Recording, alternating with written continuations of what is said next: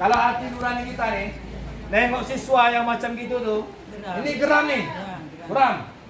Rasa nak kita tokok kepala dia nih, ya kan? Mau dijambak rambutnya nih, gitu.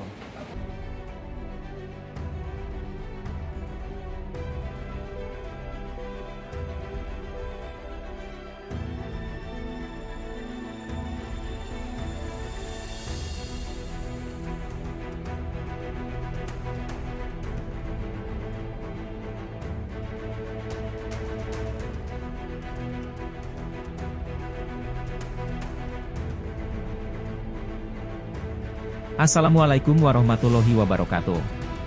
Salam sejahtera untuk kita semua. Bapak Ibu yang saya hormati. Sebelumnya saya Syahrul Afandi, salah satu guru yang bertugas di SMP Negeri 14 Dumai sebagai salah satu calon guru penggerak Angkatan 10.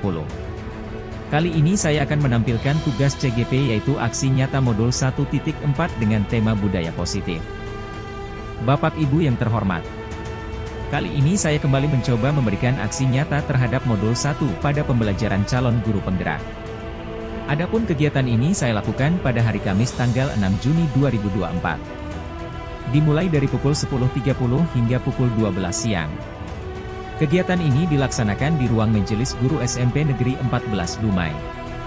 Alhamdulillah kegiatan tersebut berjalan lancar yang dipandu oleh Ibu Melda Novia yang merupakan salah satu guru di SMP Negeri 14 Dumai. Sebelumnya, saya meminta izin dan berkoordinasi kepada Bapak Kepala Sekolah melalui grup WhatsApp dan kemudian dilanjutkan pertemuan secara langsung dan alhasil Kepala Sekolah mensetujui dan merestui kegiatan yang akan saya lakukan. Berikut dokumentasi kegiatannya. Guru-guru mulai mengisi absensi kehadiran sosialisasi budaya positif dan dilanjutkan pembukaan oleh MC yakni Ibu Melda Novia.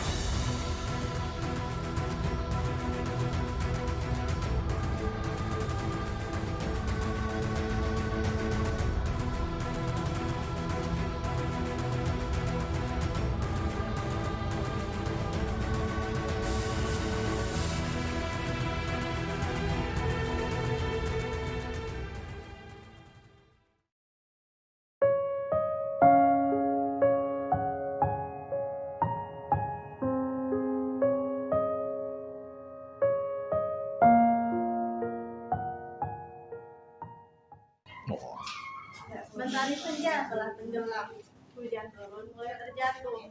Pembuka acara dengan Assalamualaikum warahmatullahi wabarakatuh. Waalaikumsalam warahmatullahi wabarakatuh.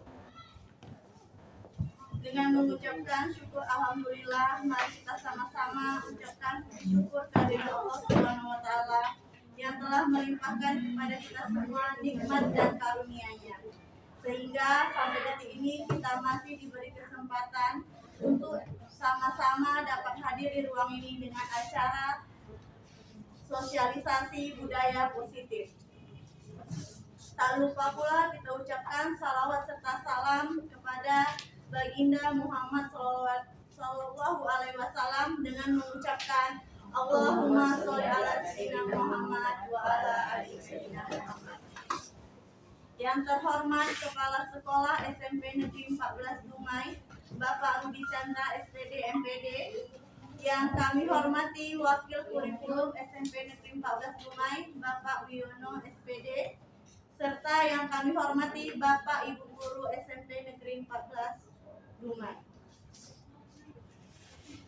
Baiklah Bapak Ibu, kita akan dengarkan pemaparan materi yang akan disampaikan oleh Bapak Sarul Effendi, dengan tema sosialisasi budaya positif. Kepada Bapak kami persilakan.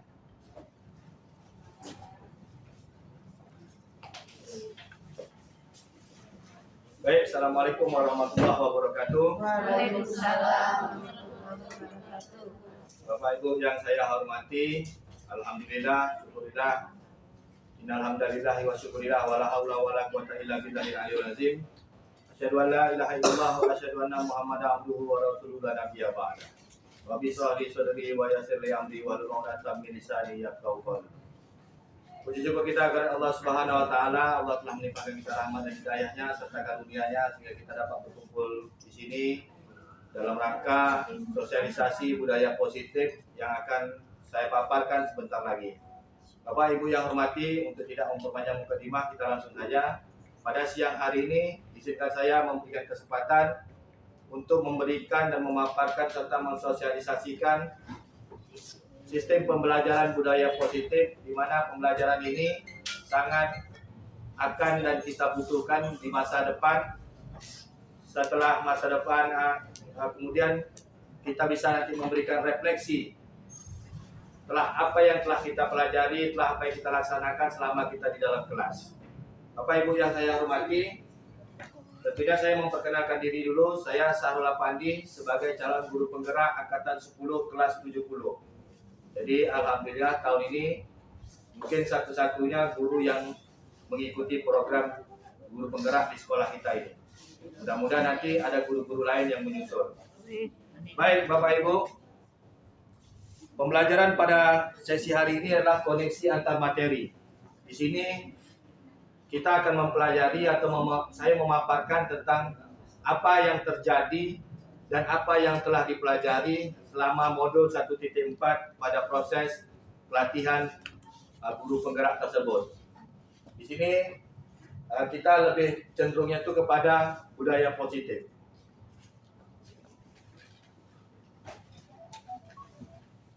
Bapak Ibu yang saya hormati, di dalam pembelajaran kita pada hari ini ada filosofi KHD. Filosofi KHD tersebut adalah filosofi Ki Hajar Dewantara. Kemudian ada nilai dan peran guru penggerak. Kemudian ada visi guru penggerak, dan terakhir baru budaya positif. Filosofi Ki Hajar Dewantara. Apa yang dimaksud dengan filosofi Ki Hajar Dewantara adalah merupakan pembudayaan buah budi manusia yang beradab dan buah perjuangan manusia terhadap dua kekuatan yang selalu mengelilingi hidup manusia, yaitu kodrat alam dan kodrat zaman atau masyarakat. Jadi kita sebagai guru, menurut Ki Hajar Dewantara ini, kita harus memahami karakteristik siswa itu masing-masing di dalam kelas.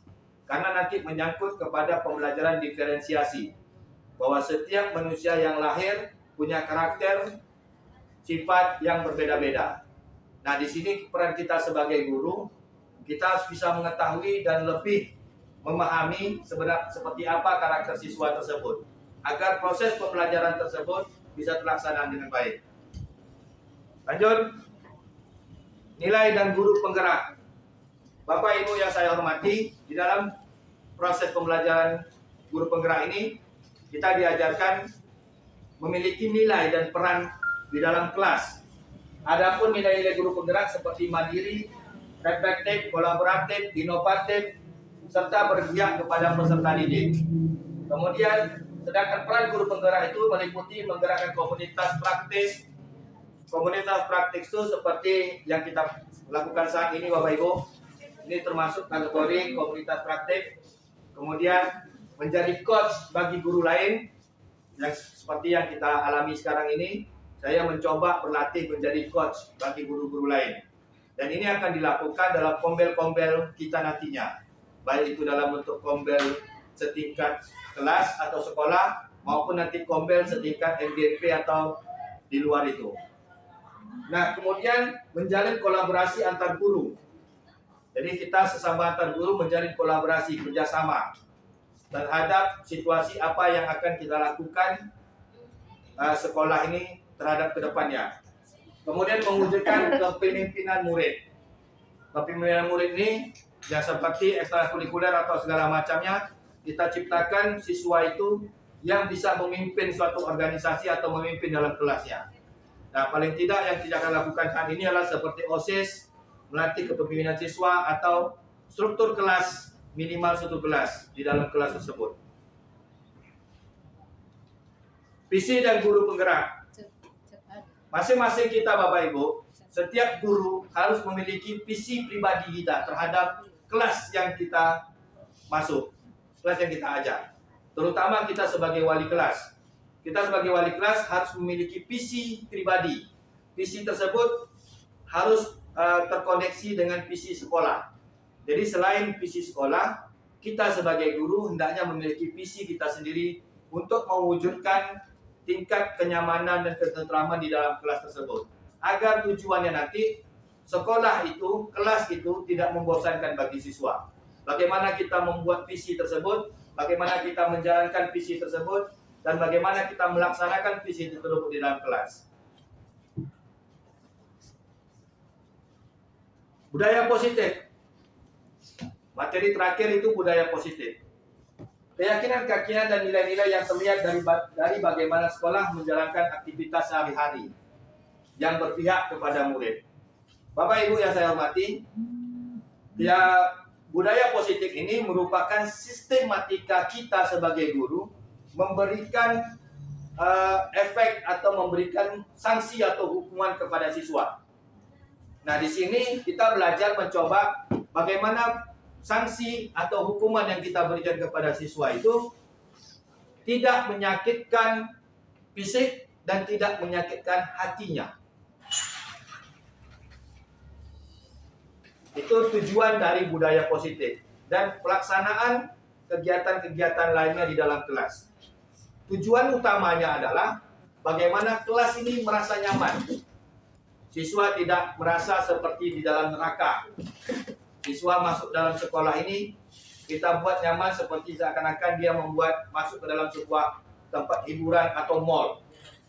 Dia rileks, dia santai, dia tidak ada ketakutan terhadap seseorang guru atau seseorang kondisi sesuatu. Nah, disinilah kita melaksanakan budaya positif dalam lingkungan sekolah. Sejauh mana, di sini ada pertanyaan pemantik Bapak Ibu. Ini sebenarnya pertanyaan bagi kami, tapi ini memang harus dibahas juga di sini. Ya. Ada pertanyaan pemantik, sejauh mana pemahaman Anda tentang konsep-konsep seperti disiplin positif, teori kontrol, dan lain-lainnya. Di sini penjelasannya Bapak Ibu. Disiplin positif merupakan salah satu bentuk penerapan pemberian sanksi atau hukuman kepada siswa tanpa tindak kekerasan atau fisik maupun psikis. Jadi ketika siswa melakukan kesalahan atau siswa melakukan kelalaian, tindakan kita sebagai guru memberikan sanksi kepadanya. Bagaimana caranya tergantung strategi kita masing-masing sebagai guru yang membuat efek kepada siswa itu jerah, tapi tidak menyakitkan hatinya, tidak menyakitkan fisiknya. Nah, strategi itu dilihat daripada visi kita juga, bagaimana kita melaksanakannya. Nah, strategi-strategi itu tergantung daripada kita masing-masing. Kemudian teori kontrol adalah suatu aksi untuk menjaga kondisi yang diinginkan pada suatu sistem fisik melalui pengaturan variabel. Menurut Dr. William Glasser-Gosset, ada 5 posisi kontrol yang meliputi penghukum, pembuat merasa bersalah, teman, pemantau, dan manajer. Nah, kita sebagai guru memposisikan teori kontrol ini di mana? Apakah kita ini sebagai penghukum atau kita ini pembuat merasa bersalah? Maksudnya kita memberikan edukasi kepada siswa, bagaimana siswa itu merasa bersalah apa yang dia lakukan. Contoh kasus di lapangan Bapak Ibu, selama ini kita menghadapi siswa yang bermasalah, siswa itu selalu membela diri karena dia merasa dia tidak bersalah. Nah, di sini kita sebagai guru, bagaimana kita membuat siswa itu dia merasa bersalah. Apa strateginya itu tergantung kita. Nah, tentunya tidak menyakitkan hati dia. Kemudian sebagai teman, siswa kita bawa sebagai teman kita. Bagaimana hubungan kita secara emosional dengan siswa tidaklah seperti hari ini yang berkasta. ini guru, ini siswa, tidak.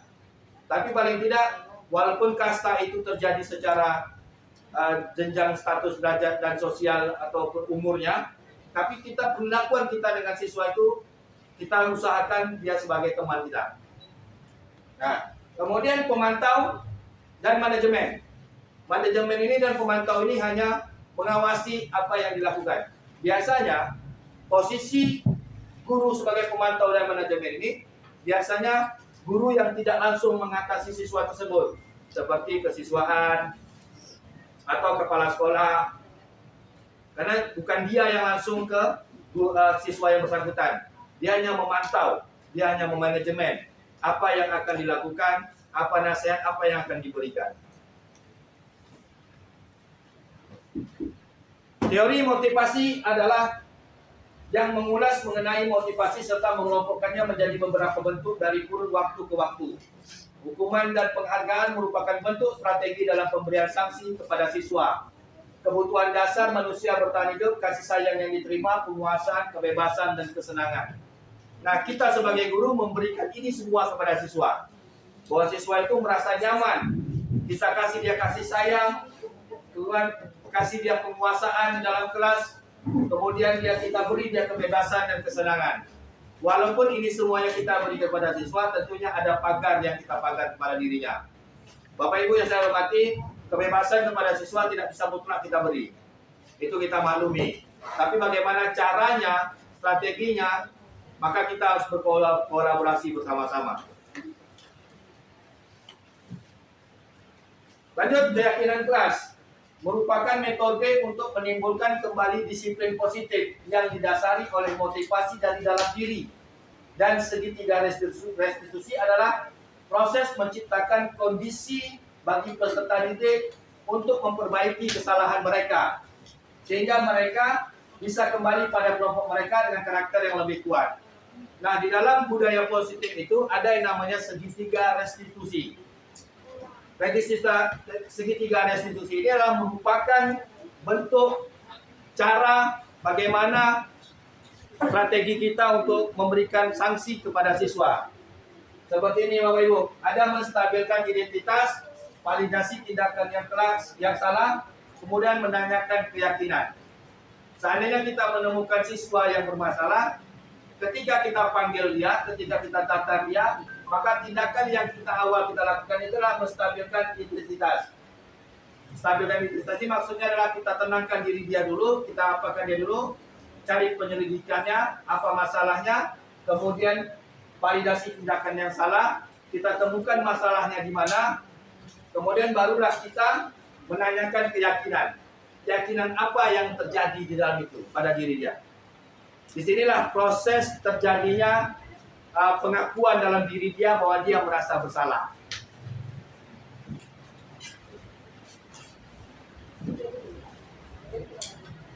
Oke Bapak Ibu, ini posisi kontrol guru. Tadi sudah saya jelaskan, ada penghukum, ada pembuat merasa bersalah, ada sebagai teman, pemantau dan manajer. Lantas, adakah hal yang menarik untuk Anda di luar dugaan? Jelas, pembelajaran ini menjadikan daya tarik sendiri secara pribadi. Karena kita semua tahu bahwa apa yang kita lakukan selama ini Bapak Ibu, ternyata ada teorinya. Kita selalu menghadapi siswa berbagai macam cara, bermacam-macam perilaku. Ternyata apa yang kita lakukan selama ini ternyata ada teorinya. Perubahan yang terjadi setelah kita mempelajari ini, nantinya kita akan mengalami perubahan-perubahan di dalam diri kita. Bagaimana kita menanggapi siswa, bagaimana kita menyelesaikan permasalahan siswa, itu pasti terjadi Bapak Ibu. Tergantung lagi individu kita masing-masing.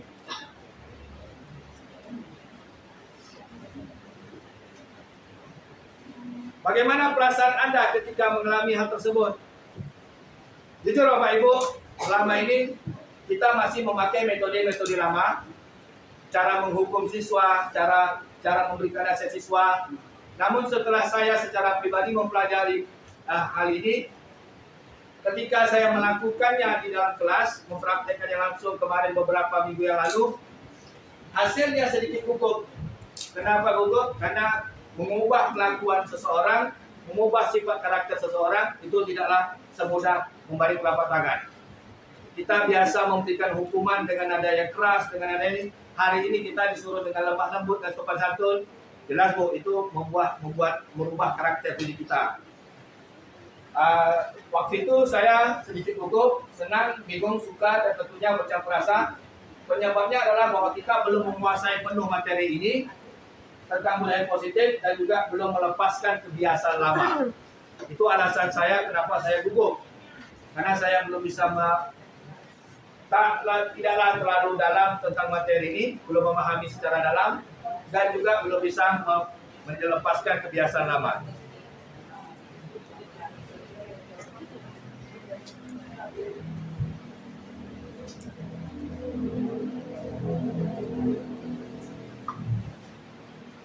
Bapak Ibu yang saya hormati, selain konsep-konsep yang disampaikan dalam modul ini, adakah hal-hal yang lain menurut Anda penting untuk dipelajari dalam proses menciptakan budaya positif baik di lingkungan kelas maupun di sekolah? Bagi saya pribadi ada, karena secara segitiga restitusi atau budaya positif saja untuk mengubah karakter siswa lebih baik itu tidaklah cukup. Nah, perlu didukung oleh adanya konsep agama, moral, dan adab budaya setempat. Kita sebagai manusia Indonesia, masyarakat Indonesia, tentunya berketuhanan yang Maha Esa. Ini poin yang paling penting dalam mengubah karakter siswa. Agama, kemudian moral. Moral ini termaktub di dalam, tersirat di dalam sebuah adab dan adat kebudayaan kita masing-masing. Setiap suku bangsa memiliki adat dan adab yang berbeda-beda. Cara menghormati dan cara menghargai orang lain pun berbeda-beda.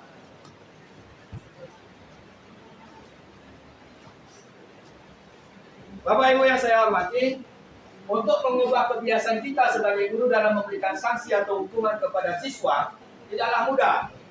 Namun saya yakin bahwa kita bisa mengubahnya melalui konsep-konsep teori yang terkandung di dalam modul ini. Kita sebagai guru hendaknya menjadi tauladan bagi siswa kita hari ini, esok, dan masa depan. Baik Bapak Ibu yang saya hormati, materi kita pada hari ini selesai sampai di sini. Namun saya berharap Bapak Ibu Anda memberikan tanggapan dan masukan, serta kalau ada yang mau ditanyakan silakan Bapak Ibu.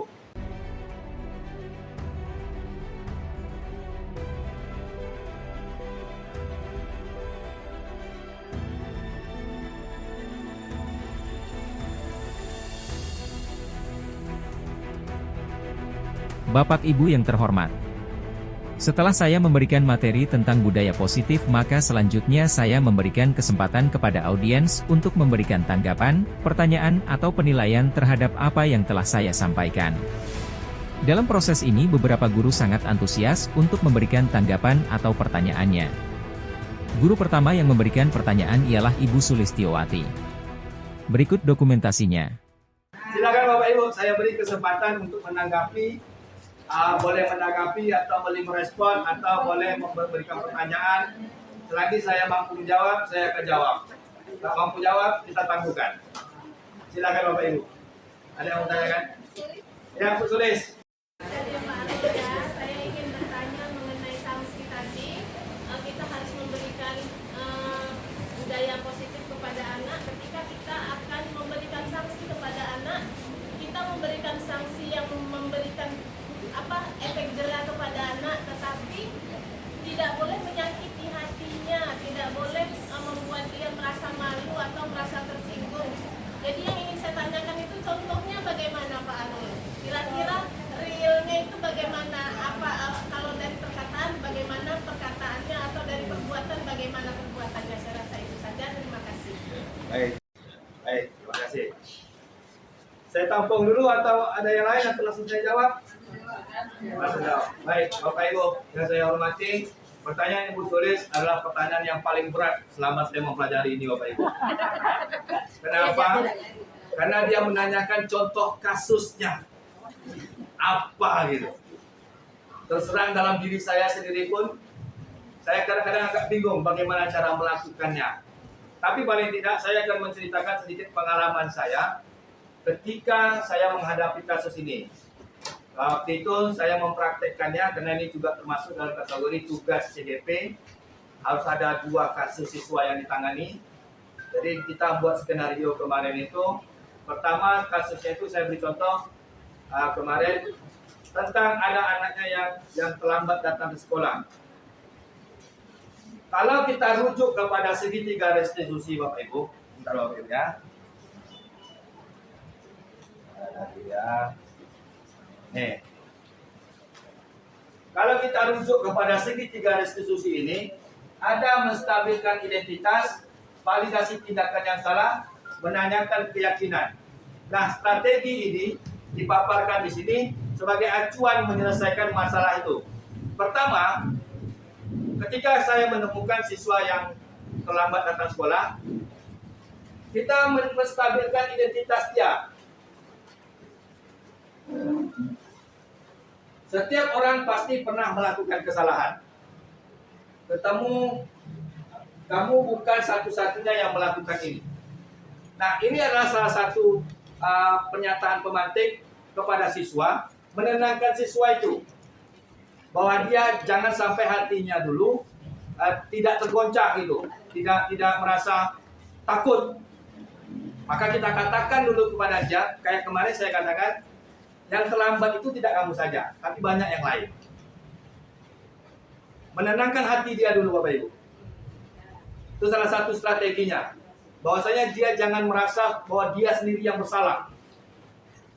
Nah, kita kasih sampel-sampel yang lain, kita tenangkan dia dulu. Menstabilkan identitas. Kemudian memvalidasi tindakan yang salah. Baru kita tanyakan kepada dia, kesalahan kamu apa?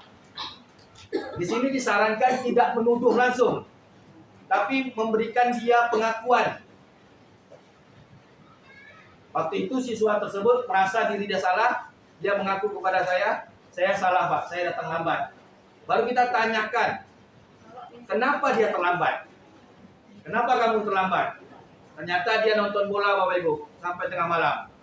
Akhirnya bangun tidur kesiangan. Nah, ini contoh kasusnya. Kemudian baru saya menanyakan keyakinan. Keyakinan apa yang kamu langgar? Apa yang kamu langgar? Dia menjawab, yang saya langgar Pak, saya tidak disiplin. Artinya di sini dia sudah mengakui kesalahan dia dan dia merasa diri dia bersalah. Nah, lantas apa yang kita beri hukuman? Sebenarnya dalam segitiga restitusi ini kita tidak boleh memberikan hukuman, tapi kita hanya memberikan sanksi kepada dia. Nah, hukuman dengan sanksi sesuatu hal yang berbeda Bapak Ibu. Hukuman kita menyuruh dia membersihkan WC, jemur di lapangan, itu hukuman. Tapi kalau sanksi, misalnya begini, kasus yang anak datang terlambat, kita beri sanksi itu misalnya, kamu jangan masuk 1 jam pertama. Itu sanksi Bapak Ibu. Konsekuensi diri dia terhadap dia terlambat. Agar apa? Agar jangan mengganggu guru yang lagi ngajar di dalam kelas. Itu contoh. Banyak sanksi lain yang bisa kita terapkan. Sanksi lain misalnya, kamu jangan lambat makan. Nanti kalau kamu lambat makan, kamu lapar. Itu sanksi, bukan hukuman. Karena ada konsekuensi yang berkaitan dengan apa yang dia lakukan. Kalau hukuman ini Bu, ini lebih ke fisik, lebih ke hati, lebih ke yang tidak ada korelasi langsung dengan apa yang dia lakukan. Contoh dia datang lambat, kita suruh dia jemur hormat bendera. Nah, ada sangkut pautnya sebenarnya. Dia datang lambat dengan hormat bendera itu hukumannya tak ada berkaitan. Tapi kalau kamu datang lambat, kamu tidak boleh masuk selama 1 jam pertama. Ada korelasinya, ada hubungannya antara dia datang lambat dengan sanksi yang kita berikan. Itu yang dimaksud dengan segitiga restitusi ini Bapak Ibu. Contoh kasusnya yang kemarin saya lakukan seperti itu. Bisa dimengerti Bu Sris? Oke, kita kasih aplaus untuk Pak Arul atas jawabannya. Bapak Ibu, mungkin ada satu lagi pertanyaan atau 2 barangkali, atau masukan atau apa, silakan Bapak Ibu.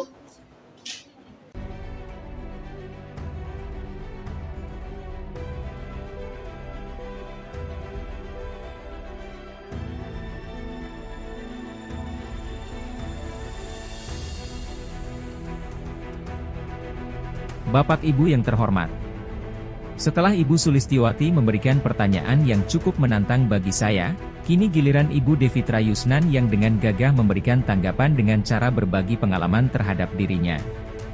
Berikut dokumentasinya. Assalamualaikum warahmatullahi wabarakatuh. Yang Waalaikumsalam. dilaksanakan Bapak Arul ini sudah saya laksanakan ya Pak. Ya. Saya juga ada disiplin positif. Itu sama Ibu Maya, saya mendapatkan kesepakatan kelas. Jadi bagi ada yang terlambat, itu memang saya berikan, memang kita berikan di luar dengan kebiasaan saya. Saya biasanya marah, kenapa kamu datang terlambat, kan bisa gitu. Kalau di luar dengan kebiasaan saya, anakku sesuai kesepakatan kelas kita tidak bisa datang terlambat, anak. Itulah saya rasakan, saya lakukan. Kemudian kalau dia misalnya tidak mengerjakan tugas, demikian, nak, sesuai kesepakatan kelas kita, kamu tidak mengerjakan tugas. Jadi dia tahu bahwa dia tidak dimarahi pada saat itu. Dia dinasihati, sehingga dia tidak dipermalukan pada orang lain. Nah, itulah cara yang saya laksanakan dalam disiplin positif dengan kesepakatan kelas. Ya, terima kasih. Baik, terima kasih Bu Devitra. Baik. Apa yang Ibu lakukan itu sebenarnya sudah masuk ke dalam kategori apa yang saya paparkan tadi. Pertama, kita bicara masalah peran sebagai guru. Ibu sudah melakukan kolaborasi dengan Ibu Jumaya. Melakukan kolaborasi bersama untuk mengatur strategi apa kesepakatan kelas yang akan dilakukan. Nah, itu sudah masuk bagian daripada ini. Nah, kemudian apa yang Ibu lakukan tadi itu pun sudah masuk ke dalam kategori budaya positif. Karena melakukan tindakan kelas tidak langsung serta-merta memberikan hukuman kepada siswa dan tidak langsung memberikan sanksi kepada siswa.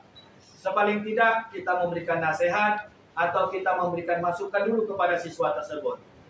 Hal inilah yang membuat siswa itu akan menjadi nyaman ketika dia masuk sekolah. Bahkan Bapak Ibu, bentuk salah satu kenyamanan siswa ketika dia datang ke sekolah itu adalah dia merindukan gurunya. Dia merasa kehilangan ketika dia tidak berjumpa dengan gurunya. Ini salah satu bentuk kenyamanan yang didapatkan oleh siswa. Tapi kalau siswa itu udah nengok muka kita aja dah benci dia Bapak Ibu, dia tidak akan nyaman lagi tuh. Dia tak nyaman, dia tidak akan mau, bahkan dia tidak akan mau datang sekolah. Tapi kalau dia merasa rindu dengan gurunya, merasa kehilangan terhadap gurunya. Kenapa bisa itu terjadi? Karena semua itu kita sebagai guru yang bersikap dengan dia yang lemah lembut. Apapun yang dia lakukan, kalau kita menyikapinya dengan lemah lembut, siswa akan merindukannya. Siswa akan menginginkan kelas ini karena dia merasa nyaman masuk sekolah. Itu yang saya bisa jelaskan Bapak Ibu Devitra. Baik Bapak Ibu, ada yang mau lagi? Silakan Bu. Ibu.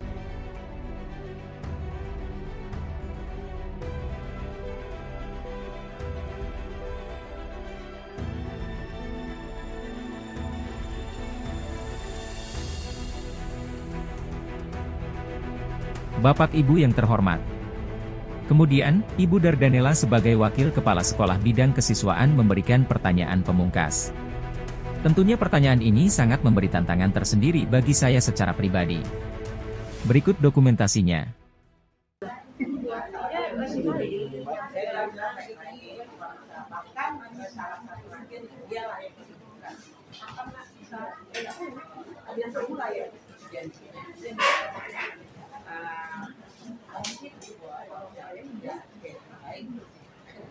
Kemudian pada hari yang dia singkat sendiri, dia tidak melakukan apa yang nah, bagaimana kita mengatasinya? Kita sudah melakukan pendekatan yang baik, tapi toh tetap diulangi karena yang seperti ini. Bagaimana kita selanjutnya? Baik, terima kasih. Ibu Dardanella. Ibu dan Lela memberikan pernyataan atau pengalaman terhadap dirinya sebagai kesiswaan, menemukan satu kasus siswa yang panjang rambut, kemudian disuruh potong, besoknya tidak potong, dia buat lagi, dinasihati lagi, tetap dia tidak mau buat lagi. Bapak Ibu yang saya hormati, inilah yang saya katakan tadi itu, mengubah karakter kita sebagai manusia itu sulit nama Bapak Ibu. Kalau hati nurani kita nih, nengok siswa yang macam gitu tuh, ini geram nih, geram. Rasa nak kita tokok kepala dia, ya kan? Mau dijambak rambutnya nih, gitu. Tapi Bapak Ibu, apa yang Bapak Ibu rasakan sebenarnya saya rasakan. Saya secara pribadi juga gitu. Karena kita kadang-kadang lepas kontrol emosional diri. Kita pun sebagai manusia wajar, karena kita merasa marah. Kita ada rasa marah, kita ada rasa muak dengan seseorang. Nah, disinilah tantangan yang terberat kita sebagai guru untuk melaksanakan budaya positif di sekolah ini. Itu salah satu bentuk daripada tantangan yang harus kita jalani. Nah, strategi apa yang kita buat, strategi yang kita lakukan itu adalah kita berkolaborasi, tidak hanya sekadar teman sejawat antar guru, kita juga berkolaborasi dengan atasan lebih tinggi lagi, yaitu siapa? Kesiswaan. Setelah kesiswaan kita kolaborasi dengan kepala sekolah, kemudian juga kita bisa berkolaborasi dengan warga setempat atau orang tua yang bersangkutan untuk menemukan sanksi apa yang harus diterapkan kepada siswa tersebut. Kalau kasus ini terjadi Bapak Ibu, maka peran kita sebagai guru, kita hendaknya berkolaborasi tidak hanya sekedar dengan teman sejawat saja, tapi seluruh masyarakat, warga sekolah, serta masyarakat lingkungan setempat, ring 1 ini, seperti warga ini, warga kita sebelah kiri kanan sekolah. Kemudian kita juga berkooperasi dengan komite sekolah dan juga kepada wali murid yang bersangkutan. Apa yang kita bicarakan tentang siswa ini? Artinya kita tidak bisa mengambil keputusan sendiri. Kita harus bekerja sama, mencari strategi apa yang akan kita susun untuk menyelesaikan masalah ini. Itu yang dianjurkan kalau menurut budaya positif. Karena kita tak bisa Bapak Ibu, nanti kalau kita yang melakukan sendiri, berdasarkan kinerja sendiri, ini pakai penyapu naik kepala. Karena kita geram tengok kelakuan siswa ini, maka kita tak bisa bekerja sendiri Bapak Ibu. Itulah yang harus kita lakukan. Apa hasil dari musyawarah itu? Apakah anak ini akan dikeluarkan atau anak ini diberi tindakan lanjut? Itulah tergantung daripada hasil musyawarah itu tersebut. Itu yang dianjurkan atau yang akan kita lakukan ketika kita menemukan masalah yang lebih fatal. Saya rasa sekolah kita ini pernah melakukan hal yang seperti itu.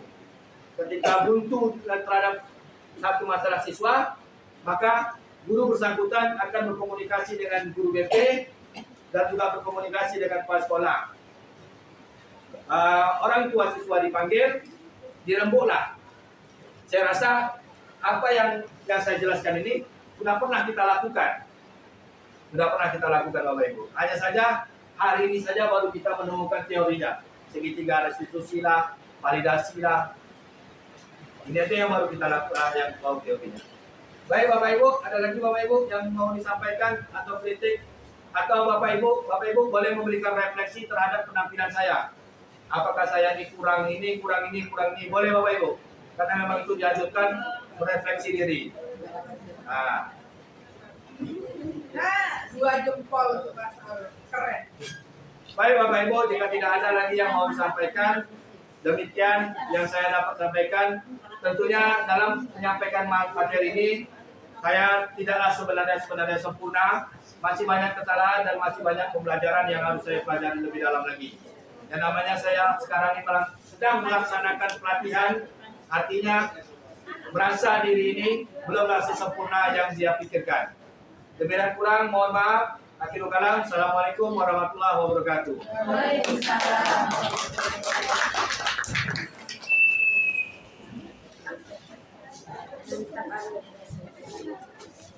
Bapak Ibu peserta webinar, Sekianlah acara kita pada siang hari ini. Semoga apa yang disampaikan oleh Bapak Syahrul Afandi bisa kita terapkan di sekolah kita. Saya selaku MC, saya mengundurkan diri. Wassalamualaikum warahmatullahi wabarakatuh.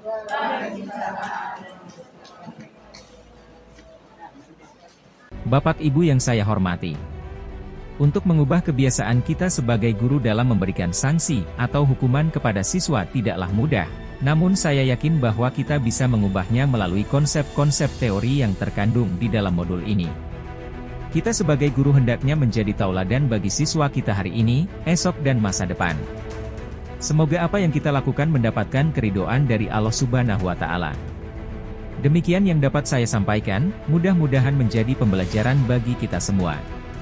Tentunya, selama pemaparan sosialisasi budaya positif yang telah saya sampaikan masih banyak salah dan kurangnya. Untuk itu, orang tua-tua dulu mengatakan, kalau menebang si kayu bulu, ambil satu tolong patahkan, hamba menyusun jari 10, silaf dan salah mohon maafkan. Terima kasih atas perhatiannya dan terima kasih juga telah sudi menonton video dari saya. Jangan lupa like and subscribe dan tinggalkan kritik dan saran di kolom komentar. Akhiri kata. Wassalamualaikum warahmatullahi wabarakatuh.